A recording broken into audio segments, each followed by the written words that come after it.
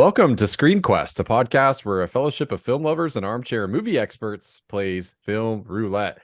I'm one of your hosts, Chris Waterman, joined by May Finch. Hello, hello. And Mr. Will Rotondi. Hey, what is going on?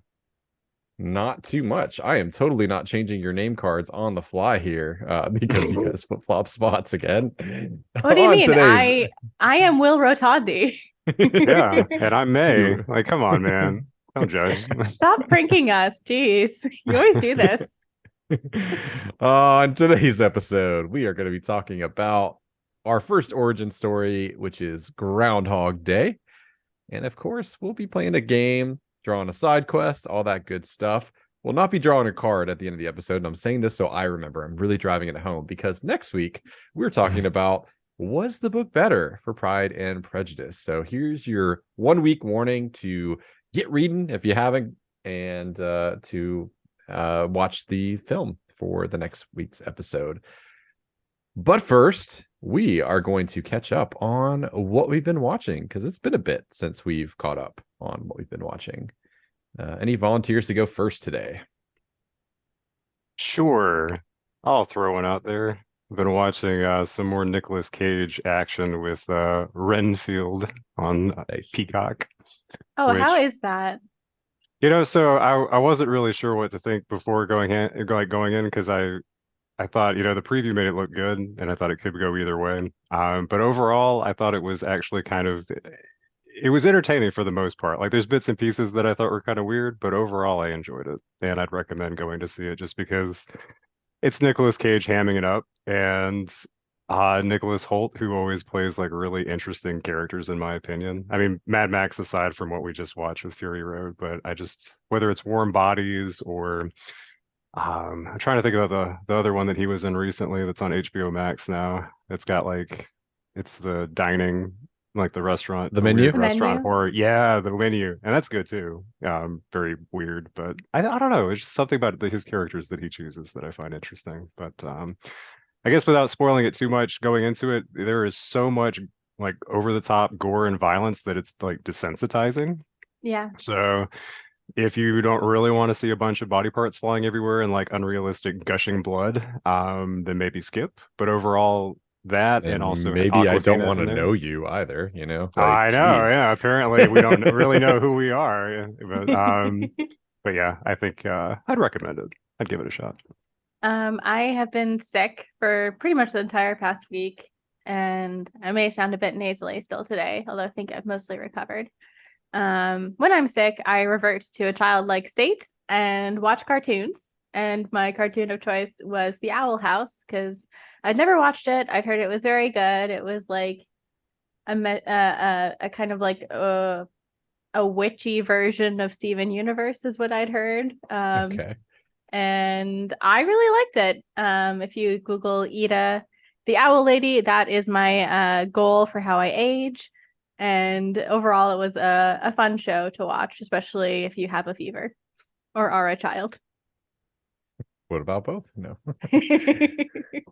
Well, that's so like I'm not familiar with this IP, which is like a botched Succession quote. But anyway, like how old is the show? Like, what's the background? Like, is it from the States or is it like anime? Like, what's so I'm surprised you haven't heard of it because there was a bit of a Twitter controversy. It was because it is a Disney show and it's one of the only Disney properties to have like openly lesbian characters. And it's a kid's show, so it's like they hold hands and they have one kiss. Like it's not by any means. That's still a conversation, anyway. Anyway, so there was like backlash, and it was supposed to get a third season, and with the backlash, Disney cut the season in short, so they only had 3 episodes. And I love that the creators just made those 3 episodes have as many like little pride symbols as possible. Every single like scene and character had like pride colors on them. in response. It was amazing.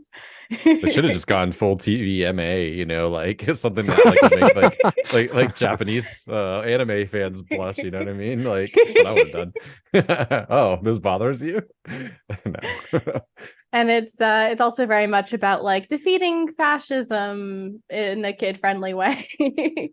And the way they ended the series on that was also very good, given the kind of backlash they were getting. So I appreciated how they handled that. Defeating fascism is fun for all ages. Right? Well, that sounds awesome. I'll have to look it up. Like, and yeah, I'm curious now. I've got my curiosity. Look up Ida the Owl Lady. That is what I want to be in 40 years. Age goals. Okay. Yeah. Sounds good. So we discover's not the right word. We finally broke down and watched I Think You Should Leave because we felt left out on all the pop culture, and I've scarcely chewed through a comedy show so fast. I mean, it's just unbelievably amazing and stupid and funny and quotable, and it was really just it was a nice little I don't know, like show to discover because you can switch your brain off. And I think even though there's like the occasional weak sketch, like I belly laugh at least once per like episode, which is a great feeling. And I highly recommend it if you like sketch comedy. I think it's like some of the most efficient sketch comedy. Like every episode 16 or so minutes, and they kill the skit right when it needs to die most of the time. There's a couple that I think go on a bit too long, but really enjoyed that. Let's see. We, of course, wrapped Succession and started Barry, like the final season of Barry. That seems like it's going to get real zany and crazy, so I'm looking forward to that. I don't think we saw any new films. Like I feel like I've been woefully absent from the cinema. Like I think the last film I saw was Avatar: The Way of Water in the movie theaters, which kind of bums me out because I like going to the movies, but it's just been that kind of half of the year. So say la vie. Hopefully I'll make it to some stuff. As we established in the last episode, I'm hoping to drag May to go see Jaws for the first time kicking and screaming about sharks. Yeah, hopefully you'll be impressed. I think it is like one of Spielberg's best film, like unapologetically, and I think like a lot of people will share that opinion. So I may genuinely freak out during it, but it won't be because of the shark. It'll be because I do have thalassophobia, and I don't know if there are any big open water shots, but those actually do freak me out. So we'll see. Yeah. Without like ruining anything, like the whole second half of the movie takes place on a boat in the open water. So oops. It'll be great. Fans, I promise I will still come back to the podcast after being traumatized by Chris. Yeah. See how you feel about going to the ocean. There's always your first time after seeing Jaws, you know, where you're like, kind of wish I had watched that.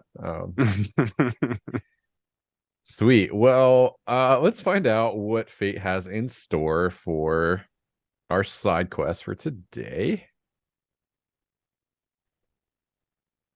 And it is Written in the Stars, which I don't think we've had yet. I'm pretty sure that is one of our new categories. So hold please while I pull up our canon description. I can wing these after we do it the first time, but I like to give them their due. So this one is choose a movie from the year you were born that resonates with you in some way. I have one like off the rip because I'm a nerd that just knows like release years. So Jaws. No, go ahead. No, definitely not that one. It is James Cameron's Aliens. Oh hell yeah. the film from 1986, the year I was born, that resonates with me. I loved the original film Alien as a kid, but I wore out Aliens. Like that was the one that, like, if I'm gonna pick any of those movies to watch, it's the most fun. It is the most iconic. I think like there's just so much good lore and it has so many great lines.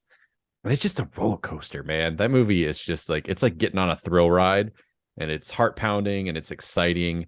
And I think what really resonated with me in that was just seeing Ripley transform into somebody who is traumatized like in the beginning, and then like channels all of that into sort of like this amazing like, you know, final sequence where she's just kicking so much ass, you know. And I mean, she's obviously a great like kind of final girl in the first movie, but very much on her back foot. And this one she goes on the offensive, and I loved everything about it. So um I would say for bonus points, the action figures, certainly like as a, you know, 10-11 year old, like before I actually saw the film, where it was fun to play with those toys, you know, and like kind of understanding like who the Marines were, like when I was, you know, kind of deemed old enough to watch it, I think, which is like probably 12, was also very, very cool. So to like have kind of the context of all that. So,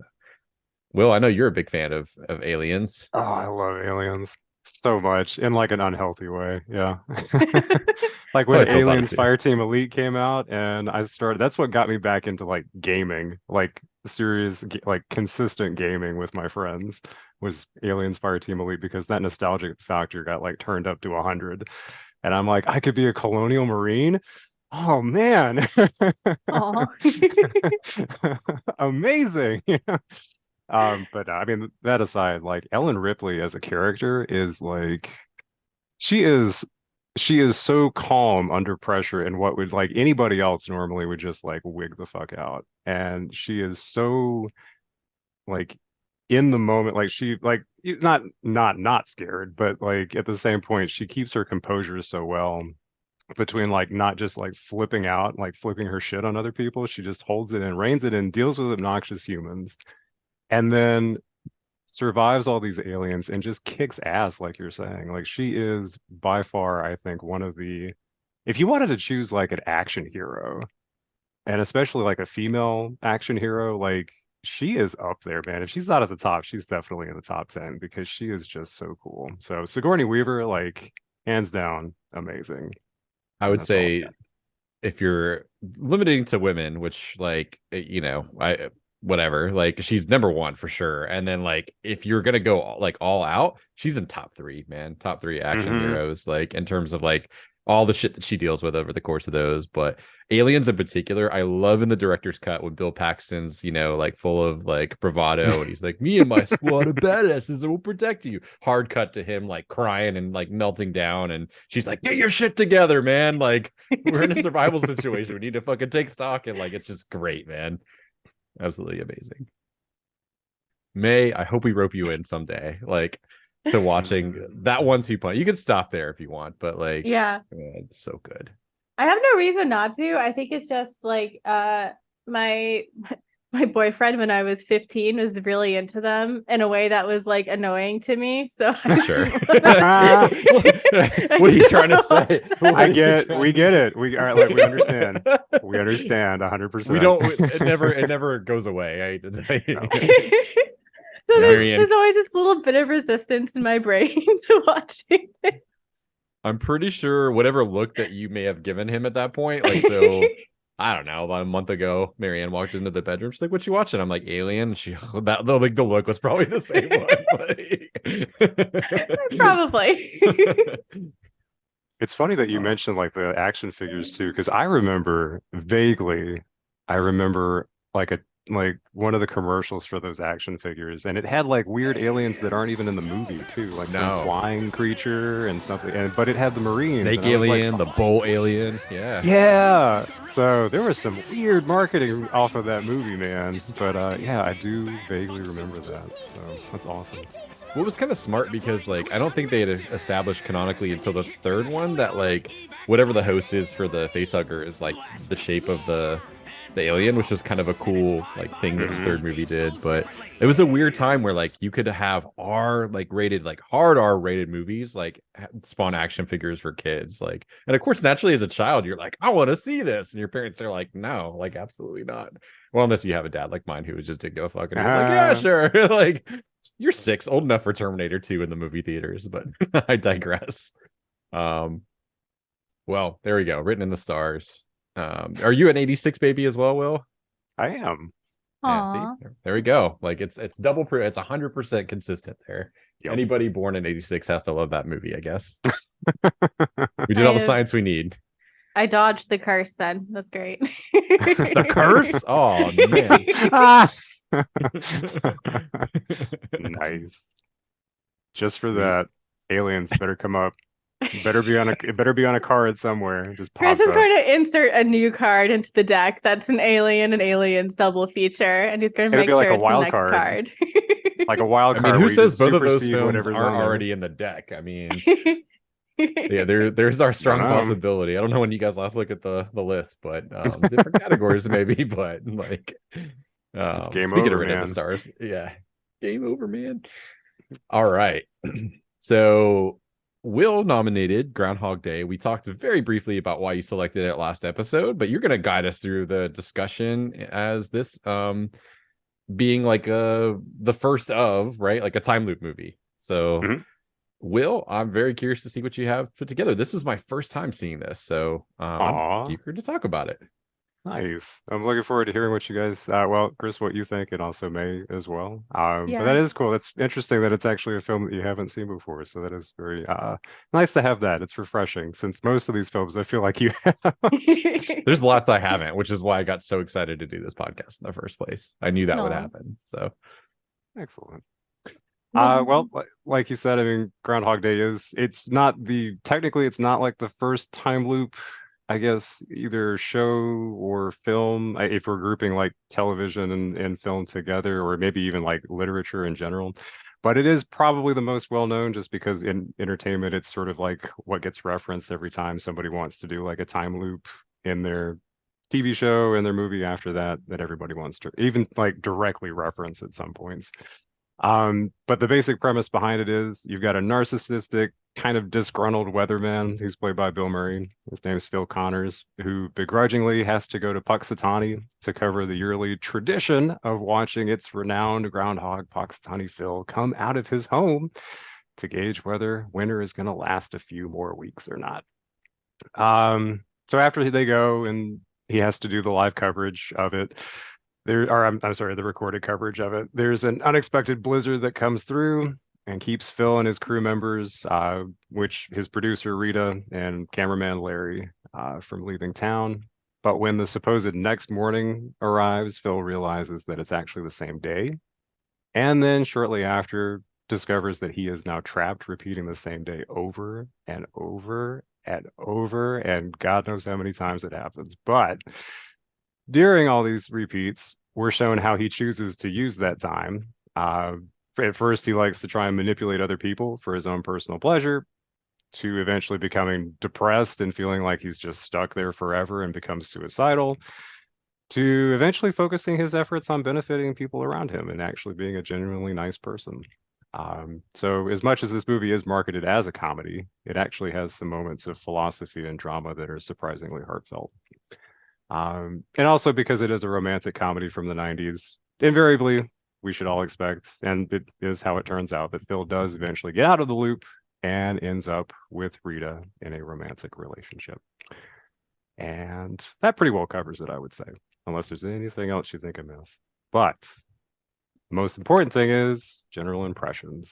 So, Chris, as this is a film you have not seen before, please tell us how you felt going and watching it the first time. I thought it was sweet. I think it was a very sweet natured film, like at its heart. Um, it was really kind of curious to see how much of this has been aped over and over. Like some stuff like Palm Springs comes to mind, where I was thinking, like, of course that takes it to the extreme. Right? That's like the R-rated sort of like little bit more raunchy, violent version of this. Really just stole a lot, and so I think it's far more original than I gave it credit for. But I think the kind of the sentimental center of this is what really makes it work at the end of the day. The scene that in particular got me was like him just for 10 minutes trying to, and actual like film time, save the old man from dying. Like where, he just like, there's gotta be a way, like if I just nourish him right, or like I'm there to give him the care, and like sort of the inevitability of that. I was curious like what was going to happen, to his mental well-being. And then it kind of generated some thoughts of like, I bet you could genuinely like go crazy or have some sort of like big break, you know what I mean, being stuck in something like this, and how would I keep myself sane? So it was very thought-provoking in those ways, and I thought the rom-com aspect of it was fine, you know, it was sweet, like it was very 90s to me. um Ultimately not really what made me give a shit about everything. But I would say I liked it a lot. I see why it's well regarded, and has become sort of a cinema classic. How about you, May? Is this your first time watching this? No, actually, I've seen this. I think it came on cable TV when I was growing up a lot. So I think I saw it a few times, like in separate slices. So I guess this was my first dedicated sit through. I definitely feel like my parents turned it off once, like during the scene in your background, Will, when they realized what he was doing. Yeah. Joyriding, Fast and You're like, Furious. this is not the PG we thought it was.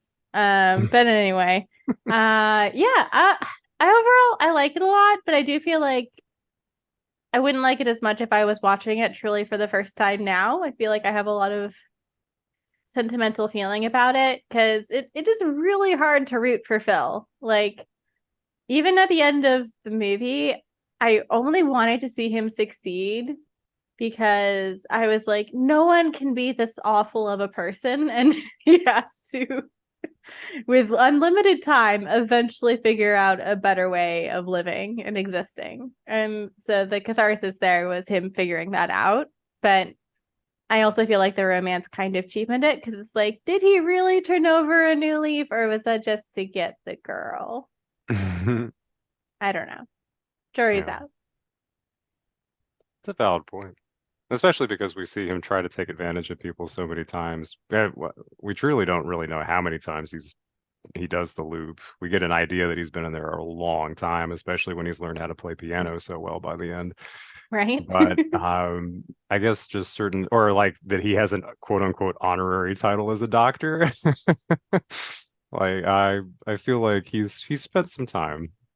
Um, I think for me, it's sort of thinking about like how people change. It is interesting. I can kind of buy it from him being in there for so long and having kind of evolved as a person. But for everybody else, it's sort of like that weird, suddenly he just like what he just flipped a switch and now he's just a different person now to them, and they're okay with that, and they're like, oh hey, yeah, he feels kind of a cool guy now.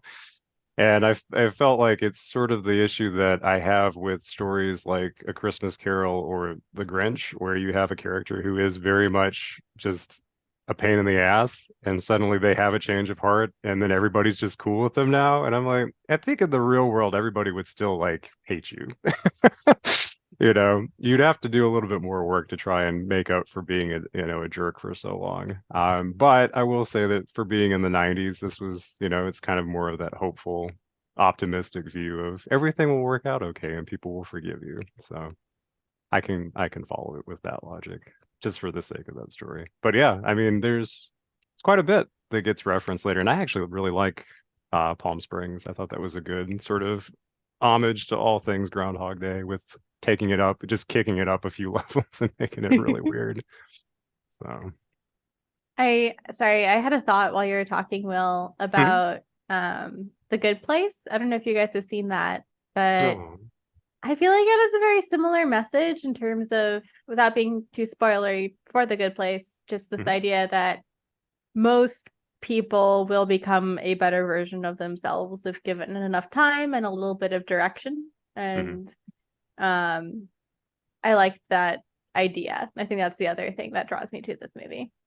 Well, speaking of, Chris, you sort of this ties into the next question that I have, but you mentioned the scene with the old man, the gentleman who is unhoused and is just kind of on the street corner trying to stay warm the morning of that Phil passes several times and kind of feigns the first few times to look for cash in his pockets, like he knows he doesn't have anything and he's just trying to make it look like he's trying to be a nice guy. But were there any other like favorite moments that either of you had watching this in terms of what he did or didn't do, depending on the loop he was on? And that can include the crazy stuff like the scene behind me, if you are all about some, groundhog stealing and pickup truck driving away. Yeah, for me, it's actually what was one of the roughest scenes to watch, just Hmm. because I thought like I was kind of glad they went there because I feel like if you're in this scenario, like your first thought might be to do something terrible, like take a car full of other people and just go crash into things and be a maniac. And I like that they actually fully explored that route and how dangerous it would be and how ultimately unrewarding it would be when you woke up the next day. But yeah, I feel like he had to get that out of his system, and it was very uncomfortable to watch, but I appreciated the levity of certain moments, like when he orders, like he's at the drive-through and the police are at his window.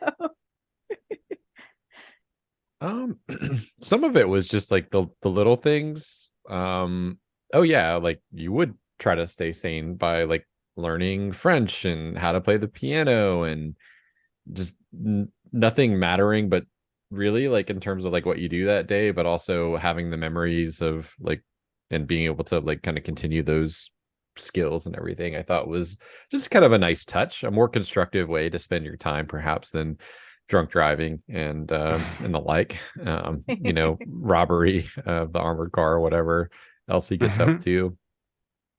I don't know, trying to think like if there's any other particular like scenes that really stuck out to me. A lot of those little montages were great. Honestly, I think where I was like kind of least interested was like the billionth time that he was just like predicting stuff, and it's like, okay, I've seen him like do this like before. Yes, like he knows every like little thing that's going to happen everywhere. I do think the passage of time was quite smart in terms of like really questioning how long he's been in there and knowing that it's been a hot minute. Think that was a good choice. In other words, like he doesn't conquer this in like 7 loops or something like that, because I feel like that would have like, what are you really going to learn, and how much could you really have changed in that short amount of time? But yeah, that's it. I think it was just really like it was the little touches for me that made it good. What do you think the likelihood would have been of him being able to accomplish like certain loops that he goes in? And I guess maybe specifically the last one, like all these people come up to him and thank him for helping them out, or like, thanks for saving my husband from choking, or thanks for helping my kid out who fell from the tree. I don't know if that actually was one of them, but it was like all these people would come up and thank him. And I thought, was he really able to like knock all this stuff out in like the course of one afternoon? My So man knows his schedule. I know. It's like Deathloop, like, which is a great video game, Hmm. similar, like that's what that game is. Like you literally wander around, you find something that happens at a specific time, and then ultimately the way you beat that game is like you accomplish it all in a day. Like who's going to be where and what you need to Hmm. do, and like I think given enough time, again, like who knows how long he's been there. You can't write anything down, I guess, because like it's just going to disappear, but you could certainly memorize it, I suppose. But Yeah. yeah, what I'm maybe you're going to cover this, like how he gets out of the loop or whatever. So I'll save that if that's going to come up. But like I was Hmm. kind of curious about that. Oh, about why you think it finally clicks. Yeah, It sort of ties into one of the questions that I've got, which I mean could easily be, why do you think do you think that not really knowing why the time loop happens is important? And I say that because the idea has been sort of used so much, and Palm Springs is an example of this, is where they try to explain scientifically why the time loop happens, as much as having to go through it and explain to somebody else that they're going through it. But back with Groundhog Day, you never really know why, and it sort of stays ambiguous, just because, I like or that, open to frankly. interpretation. Yeah, so that's sort of my question is, and this could also tie into Chris, what you're saying is, do you think that we do know what it is because of what he does to get out of it, or do you think it matters that it's ambiguous as to why it even started in the first place? And definitively so, no. mhm, I think it's you're meant to. I think they very much drive you in the direction that it's his lifestyle and personality. mhm. You referenced the Christmas Carol, and he was in a very famous adaptation of that. So there was a lot of Scrooged. parallels. Yeah, there are a lot of parallels in his character in this and Scrooge, I thought. Um, but yeah, like I don't know that they're like they go like definitive with it. as far as like getting out of it, I think it's the same kind of thing. Like you're meant to infer that it's a perfect day and that like every single act from the time he wakes up to the end is like an act of kindness and selflessness. And maybe that's what sort of allows him to break free, I guess. I'd have to like I'm curious to rewatch this, like not kind of knowing how it goes, because I would like to pay close attention to how that first day in the town goes. Is it all, I mean, he's a selfish prick, but like is every act sort of a selfish act? Like everything that he does, is Yeah. that what triggers it? I don't know. But yeah. Maybe it's like sort of Greek in nature, like challenging the gods, and the gods are like, "Oh, you think you can predict the weather? Well, fuck you." And also you get to spend the same day over and over again, I don't know. I think it was interesting how, and this just sort of ties back to like a favorite scene, and this may be very tangential, but I like when when Phil's character, rather, Bill Murray's character Phil, is talking to Rita and saying like, essentially like, "Baby, I'm God." and and she's just like, "What are you talking about?" And how he made some offhanded crack like, maybe God's not really like, I don't know, like all, essentially like, maybe he's not just all powerful, he's just been around enough to know what everything that's going to happen. And so it was interesting from that. It also very like, it was Sisyphus, right? It was the guy who had to keep pushing the boulder up the hill and then had to do it all over again. So it's like atoning for whatever your misdeeds. So I guess in that way, like all the really narcissistic stuff that he does that first day is, now he's got to go back and make up for it in order to unlock that achievement and get out of the game. But How far do you think you guys could push that? Like, just out of sheer boredom and curiosity.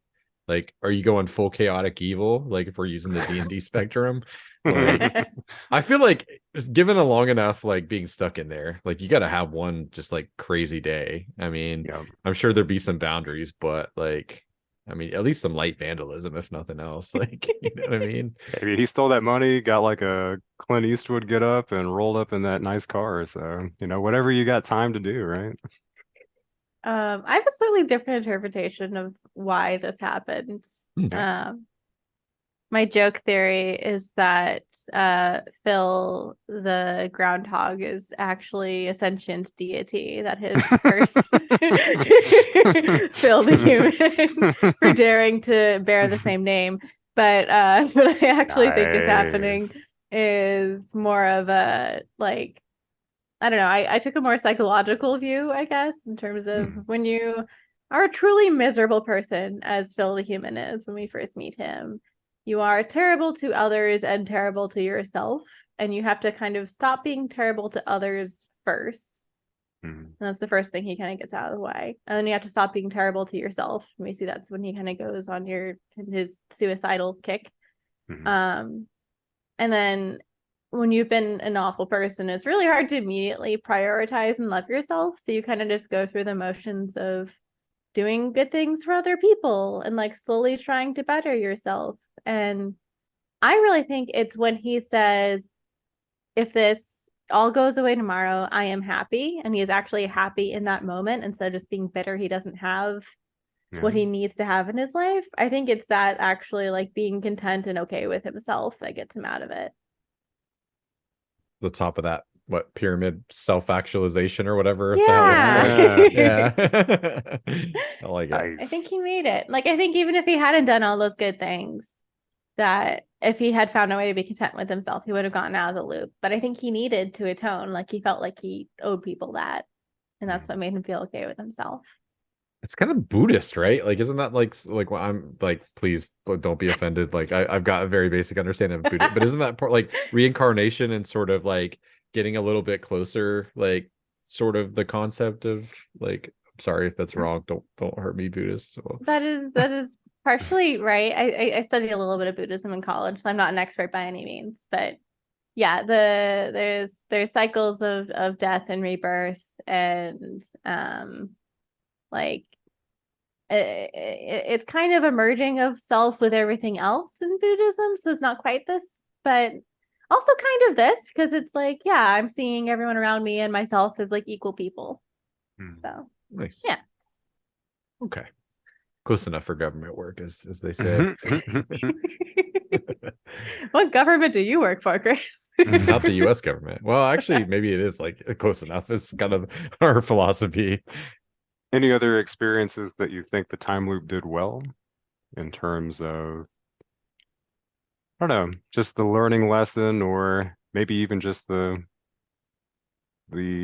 choices that he made, for better or worse, and sometimes they were not so good. Or I guess just generally any other thoughts regarding the overall plot.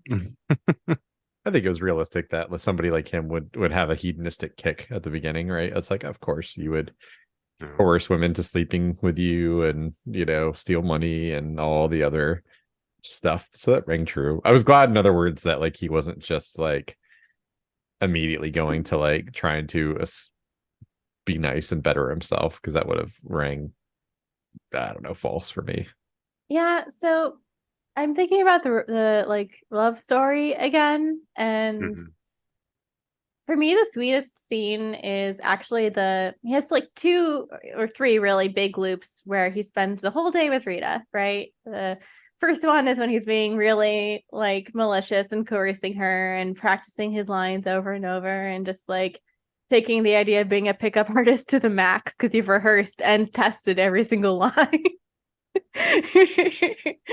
And obviously that fails. And the second full day he spends with Rita is when he's actually honest with her and is like, hey, this crazy thing is happening to me. I don't know what's going on. And she just kind of kindly offers to spend the day with him because he's clearly freaked out. Whether she believes him or not, I think, is up in the air, but she knows that he's struggling and is like, I'll just do you human kindness and spend the day with you. And I felt like that was when they most organically and genuinely bonded. I also feel like it was the turning point for him in terms of realizing like, oh, I could do this for other people, right? Like I could be a decent human being and then maybe other people would not treat me like I'm a jerk all the time. Who knew?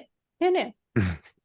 And I like that because my one thing that I say is with guys that like act like Phil at the start of the movie where like, they're constantly going after women and having no luck and just being kind of pervy and pickup artisty. It's like just have a female friend and talk to her a lot. You will get so much better at talking to women. And that's kind of what he does for a day, is he just treats Rita as a friend and an actual human being.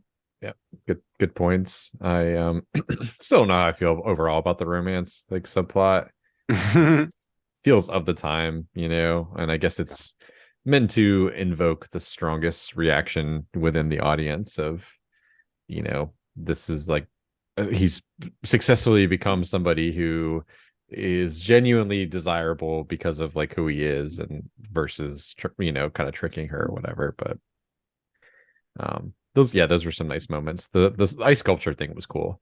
I was like, is he gonna do something to like just like try to impress her? And the answer is like yes, but also it's like it is a nice like kind of like thing. I mean, I feel like you get some points, right? Like somebody like turned it around and it was a pretty nice sculpture of your face.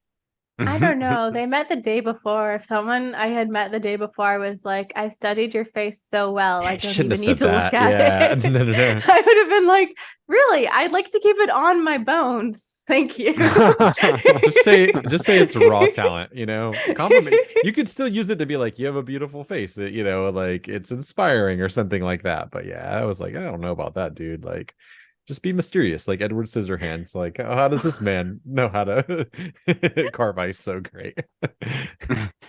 Oh my god.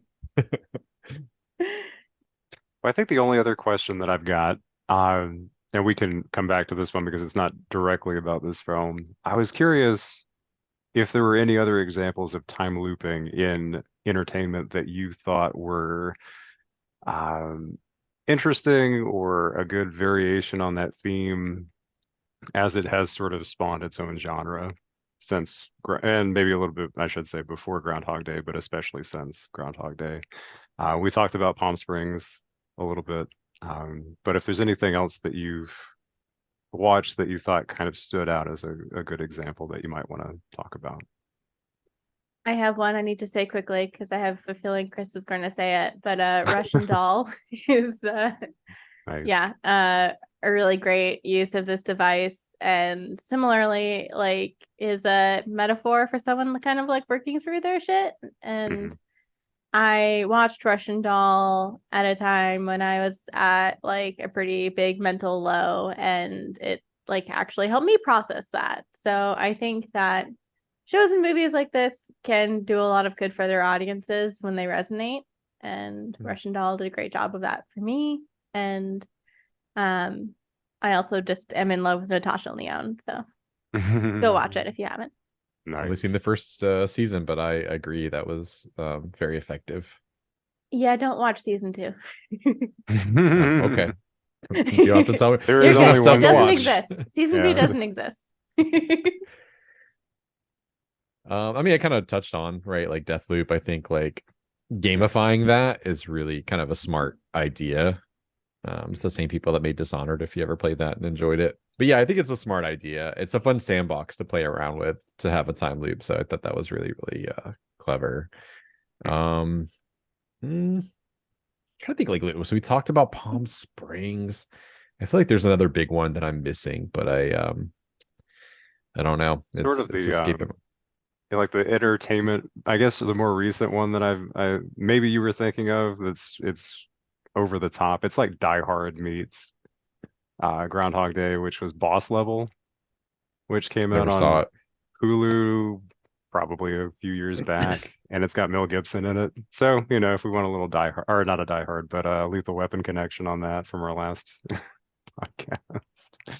But Um, it's entertaining. It's over the top, and it's just a lot of action violence, but has like another sort of scientific reason as to why this loop is happening. But kind of ends on a little bit of a twist, and might be worth your if you're looking for kind of not completely mindless action, but kind of in that direction, then you might enjoy it. nice. So check that out. There's one of my favorites that would be a spoiler for the entire thing. That's all I'll say to even say, because it's a surprise like that. The story is a time loop. Like, you don't find it out till like the very end. Is it Lost? No. Like Lost is just sort of like, you know, well, I don't want to spoil Lost for anyone that hasn't seen it, but a lot of people concluded that like, oh, they're all dead, like, and that's not like the answer for the majority of the show. But and I hated that people took that away from. I'm like, you know, anyway. Yeah, it would be a spoiler. There's some listeners of our podcast, I'll say, that know probably exactly what I'm talking about. Again, I'm being very careful, but it's revealed at the end of the thing that it is, and so like subsequent passes, I'm not even like saying what medium it's in, are infinitely interesting, because you realize that it is in fact, a time loop, and you're sort of given hope at the end that there might be a way out of it, but like not the full satisfaction of actually experiencing that with the character. That's what I'll say. And that's enough information. If you've experienced that, you know what I'm talking about. I know of at least one listener who's probably like going like, oh yeah out there. So Can we get an actor that might be in this film? I'm not saying if it's I mean, it could be like a video game, a film, like a book, a show. Like I don't want to like even narrow it down that much, just because, you know, I feel like somebody might be able to suss it out. It could be an oral history passed down to the generation. Yeah, could be. Very much could be. So yep. You made me think of another game, Outer Wilds. Is also a good time loop one. Yeah, that's a fantastic one. Yeah. I was just talking to former Screen Quest guest Patrick Glover about just how magnificent that was in the discovery, and sort of how that plays out. Can you just May, if you don't mind, what is Outer Wilds for our listeners who maybe are curious to experiencing maybe a less violent version of a time loop? It is not Outer Worlds, first of all. Those are often confused. It is Outer Wilds. You play as a really cute little four-eyed alien dude and or dudette. I think they don't have a gender actually, but you have a little rocket ship. You're flying around a solar system that is not to scale, which is great because you can fly around it super fast. And you're basically an archaeologist trying to figure out why there's all these ruins from this other species in your solar system. And then the sun explodes and you wake up back in your bed and you have to figure out why that happened and why that keeps happening. That's basically it. That's a great description. And as you go to certain key planets at certain times, like in the time loop, like things are different, like the landscape might have shifted, and Ooh. it's really encourages you to like repeatedly visit places to kind of see like what's going on. And they have like what I like about that game is like they have a great it's not really a save system, but like a journal that sort of saves like the things that you've uncovered that kind of help you, like it nudges you to like maybe like certain places at certain times and things like that. So yeah, I think it's one of the smartest games I've ever seen. It's really well done. The physics engine for it is crazy as well. It's really cool how they did that. And what you're referring to, I think, is the ship's log, Yes. which is a cute way of, referring to it in game. Yep. Nice. I second that recommendation to if you want to experience something that is like it really like it's not even frustrating when you die. Like I had times where I died and like I thought it was funny because I'm just like, well, guess can't go there or do that thing. There's achievements for certain deaths too. Like I think if you fly directly into the sun, that's one. Yeah, nice. Sounds right. How about you, Will? Did you have any like other things that like you like for time loops? Mostly I was just gonna throw out some other guys here, but I didn't want to like spoil the one that you had, so that's why I was asking if there was a particular actor that I could use as reference without spoiling it. Yeah. Again, I'm not saying that it's even a film. Oh, It's okay, so you it said might because be you a said game. entertainment properties, so I'm I being very gotcha. careful. Yeah. Yeah. I think from at least game wise, I always think about the old Zelda Majora's Mask as being a time loopy sort of thing. But I think in terms of films, probably the more recent stuff that I've watched, it's been like Edge of Tomorrow with Tom Cruise and Emily Blunt, or Source Code, which was another time loopy action flick with Jake Gyllenhaal, or trying to think if there is, I guess Looper technically was it was a time loop, I guess, or time travel, um, with Joseph Gordon-Levitt and Bruce Willis. But yeah, I think those are probably the ones that I have seen that come to mind with that. Oh, you just reminded me of another one that I won't say because it's not apparent that like that's what it is, and that is a movie. Nice. That particular one I will say is a film. Okay. It's one that I think we watched. If you were in one of our classes, it's one that we watched. Were you in the sci-fi class with Yeah, Dr. depends. Sparks? Yes, I think so, Yeah. Okay. Anyway, did you do your homework? Like most of the time. Getting put on the spot here. Yeah, well, it's been like 10 years, so yeah, I mean, it doesn't matter at this point. But yeah, I will say an obscure time loopy reference for me as well, growing up, and I guess May, you might also have seen this too, because you were a Stargate SG-1 fan, right? So Yeah. there's an old episode of careful. I just Stargate. started this. Is it going to spoil something big? Because I just started that show. That's what I forgot to No, no, no, mention. no, no. Okay. No, you're good, but there is a time loop episode, and it's very much we're going to use this as a means to. It's a very lighthearted and very entertaining episode Great. of the series. I know exactly what you're talking about, Will, and Yeah, it's so Groundhog Day. Like yeah, it takes so many things directly from it. yeah. And I won't spoil any of it for you, Chris, because there are certain scenes that when you watch the episode, you'll have to talk to us about it because there's certain parts of it that I remember that just still make me chuckle to think about. So, but I will leave it at that. So I look Bro, forward that to it. show as a sidebar is like Mhm. it's the most like as like standard definition, like fucking oh my god, this is so fucking 90s. Like Yep. I started like they have not remastered it at all. So it's in like the OG aspect ratio, which I'm fine with because that's how it aired. But you Yeah. could definitely tell when it was made with that. And then also just the fidelity. I'm like, dude, like I should be watching this on a CRT. It would make it perfect. Like it made me for about 5 minutes feel like I was back in like the late 90s, like as a kid Aw. watching something on TV. Like, and I mean that in the best possible way. Like it just I like was transported to a very specific time and place. But I'm very Yeah. curious to see how it goes. And it's because I watched the movie and I was like, well, I'm curious. Like, it's come up on the show, so I should like at least give it a Yeah. shot. I only watched one episode, so I've been This very is scared to rewatch it because I was raised on Stargate. I was like uh very small when it first aired, and my whole family would gather around the TV every time there was a new weekly episode, and that was our thing. So, nice. um, like very much raised on it, and I'm scared to go back and discover just like how hokey and cheesy it probably was. I mean, it is all those things so far, but Yeah. the biggest obstacle for me wasn't even overcoming that. It was like going from the movie right to that, like the casting Yeah. differences. Like, because Mhm. they do an all right job trying to make them like be their own characters, but I'm almost hoping what happens is that like those performances evolve into like their own thing over time, and like you just kind of accept that it's like almost like alternate timeline or something. I don't know, like Yeah. because you oh go ahead.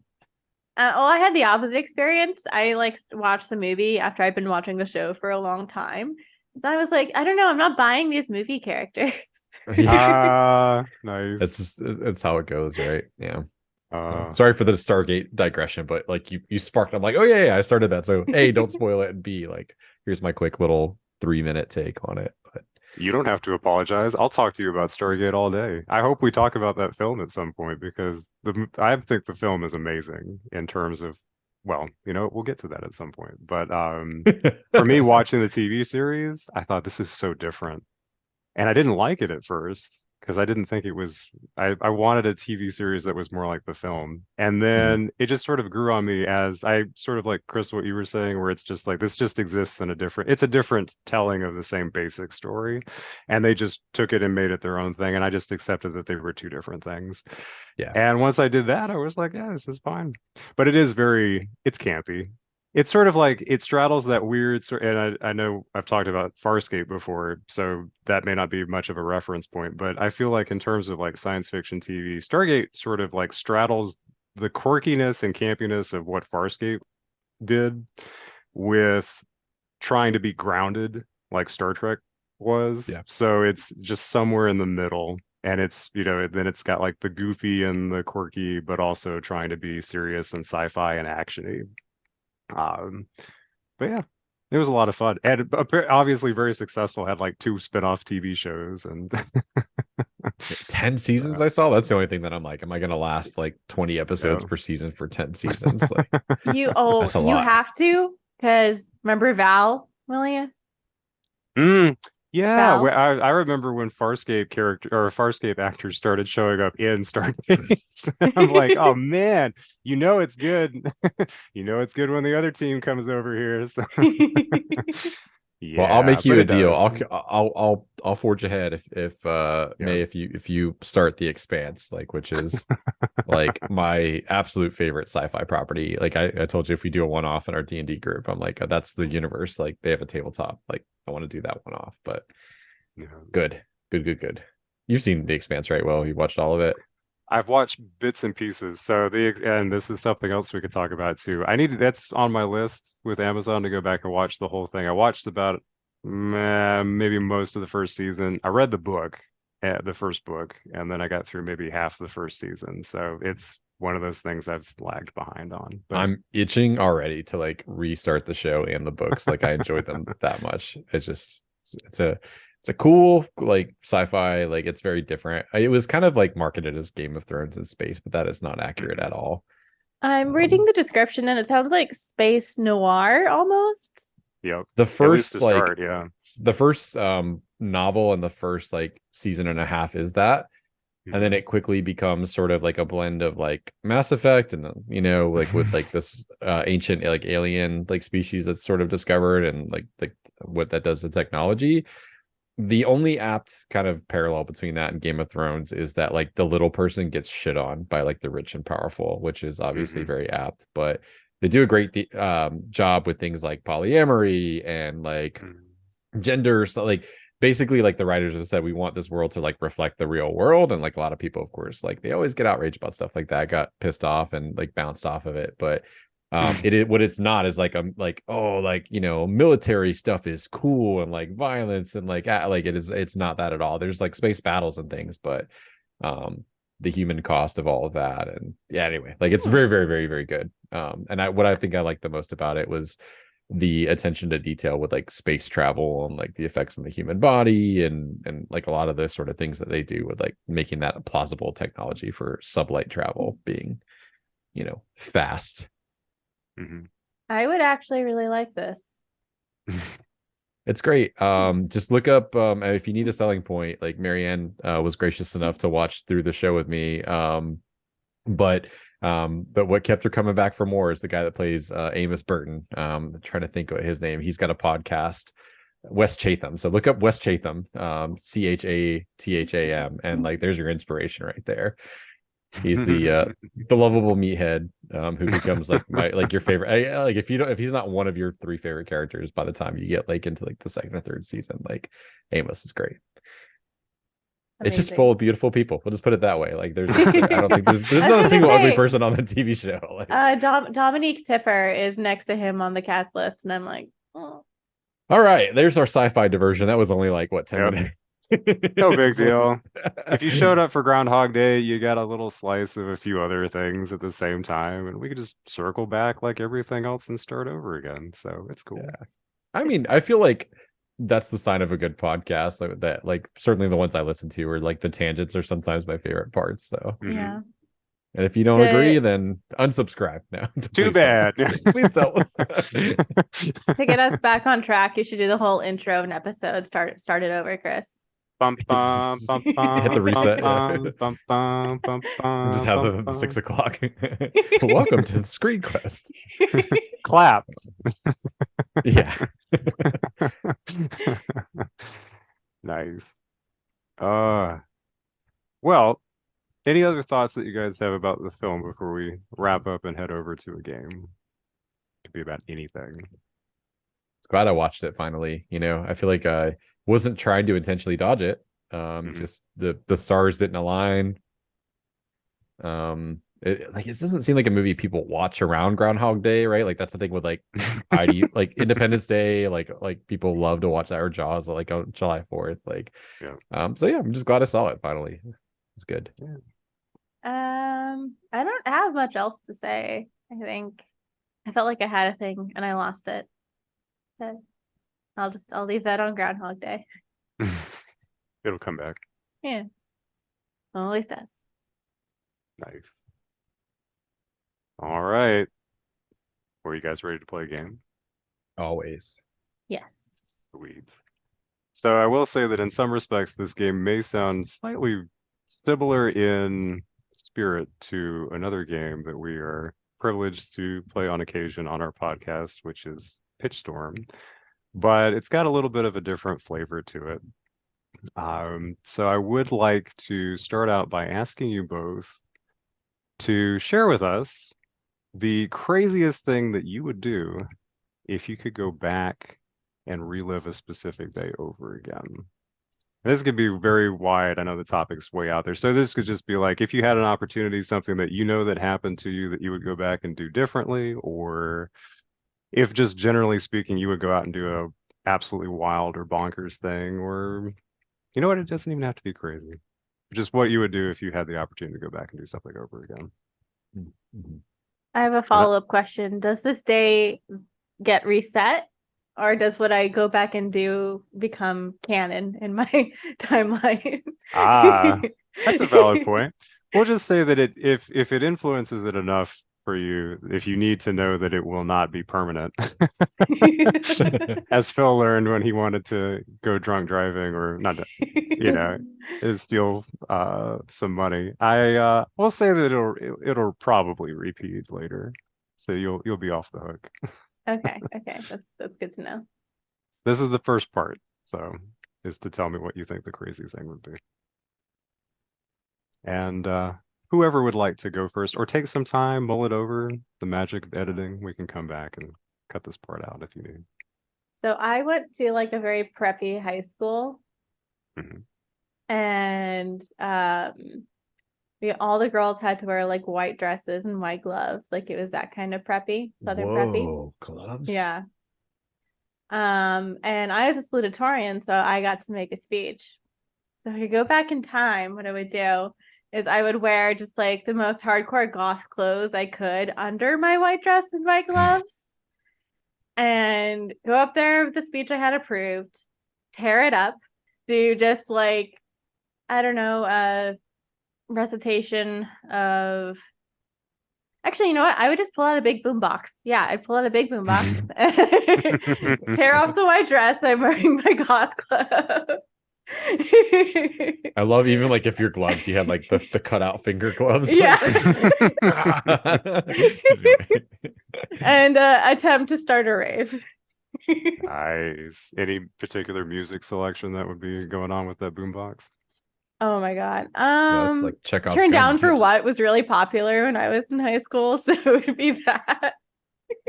Nice. And yeah, just mostly because I was very, very tame in high school and it would have been so out of left field. Anything else you want to add to that, or is that pretty much that's where you want to cap it for that loop? I mean, it depends on how well that goes. Okay. There might be an after party. I probably would have to flee the institution and my parents for the rest of the day. So I guess I'd steal a car and head to the beach. Nice.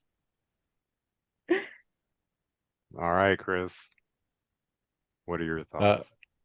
So excluding like the number of shower arguments that I've won now, you know, like when you go into your shower and you're like, should I say?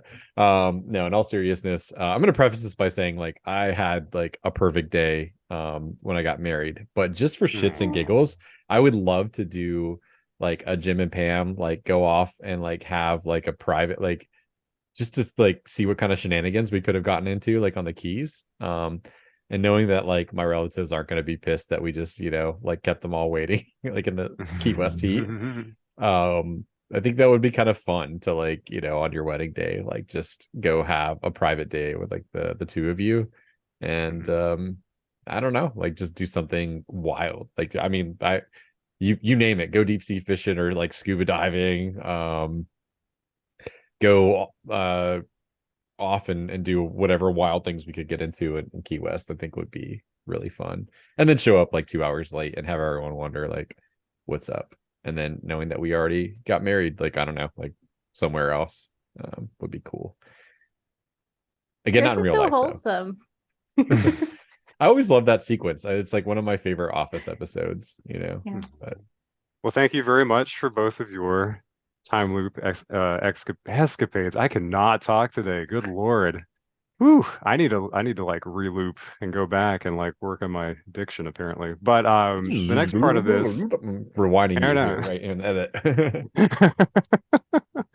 But the next part I'd like to do is I would now like you both to take turns and use the other person's synopsis of what they would do and pitch to me a film that would have this scene in it and explain to me the plot behind what is going on. And you can explain to me why the time loop's happening or not, but I would like to have this particular scene at some point in the storyline.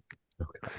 So, May, since you were kind enough to start, I'm going to hand you over to Chris's time loop. This is hard. I would love to hear what you think would go on for him. Okay, great. Well, I don't actually know the origins of your and Marianne's love story, so I'm just going to make up a meet cute for you guys. Please. I'm going to say that you both met on a blissfully chilly night by the beach, and each took turns sweeping each other off of each other's feet, quite literally. And after that endearing scene, you discovered that you work for rival paper companies. And dun, dun, dun. This leads to some drama and division between the two of you. But you managed to overcome your differences without too many exchanges of paper cuts. And as you're planning your destination wedding, you realize that you're just running through so much fucking paper on all these invites, and it's really stressing you guys out. It's stressing your bosses out. There's a whole hubbub over which company you source the paper from. It's gone very dramatic. And rather than let the stress drive the two of you apart, you decide to elope to an even further away destination. Have just, the day of your dreams there, and then Skype in to your actual destination wedding to have the ceremony with your guests, and then drive off in a ski boat into the sunset. I like it. That's awesome. You're not half wrong. I mean, you are half wrong. You're half right. With how we met. We did have our first date, like technically at a seafood restaurant, and then went to the beach. So like that's correct. Nice. It was not cold. It's an easy guess in Florida. Yeah. That's true. That's very true. It was not cold because we were getting devoured by no-see-ums on the beach, trying to drink wine and pretend it's romantic. It was just like, oh god, like this is so bad. Well done. Excellent. How about you, Chris? My graduation is in your hands. White dresses, white gloves, salutatorian, turns goth rave. So we're gonna update the setting here to a town a la Footloose where dancing is forbidden. Raise the stakes. Secretly, May has been cultivating like a dance club within like the high school with the intention of revealing the power of dance, like to the graduating class, to the parents, to the community.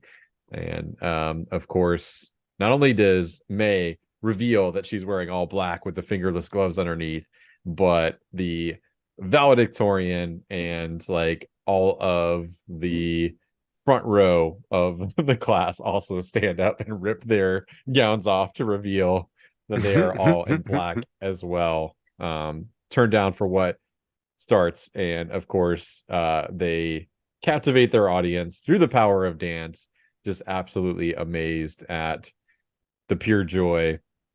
And I don't know how do you what's a good way to end this this dance scene. We'll say that the whoever the most stubborn character, usually that would be like the town pastor or some shit, stands up and like starts to like dance like along with everybody, and the town is saved through the power of dance. Nice. Amazing. That would have been more fun than my graduation for sure. Yeah, it'd be like that sometimes. I think that's more fun than most people's graduations, honestly, especially high school. Like each. Yeah. I think Kevin Bacon would approve. Yes. Well, there's not anybody that I'm going to crown a winner on it, because this was just for the sake of being happy. As we've learned from this film, it's not about trying to win. It's about trying to be happy. So you both have shared some special moments that we got to loop back through and change slightly. So I appreciate that. Thank you for humoring me on that game. I'm going to use that line next time I don't want to pick a winner for something. It's all about happiness. This is really it's all about just participating and having a good time, right? Sometimes it is, for sure. That's every Killer Queen tournament that I attend. Yeah, good idea, man. I like tying it into like the movie on occasion. It's good stuff. All right. Well, back over to you to wrap up, sir, and recap on what we got coming up next week. Yeah, so we're not going to draw a card, as we established, and I remembered, yay for me. So we're going to be talking about Pride and Prejudice. For our second, Was the Book Better? And just as a reminder, we will be watching the version with Keira Knightley, Matthew McFadyen, Donald Sutherland, and Rosamund Pike. Those are the only people I know off the top of my head. And of course, we'll be comparing the film to the novel.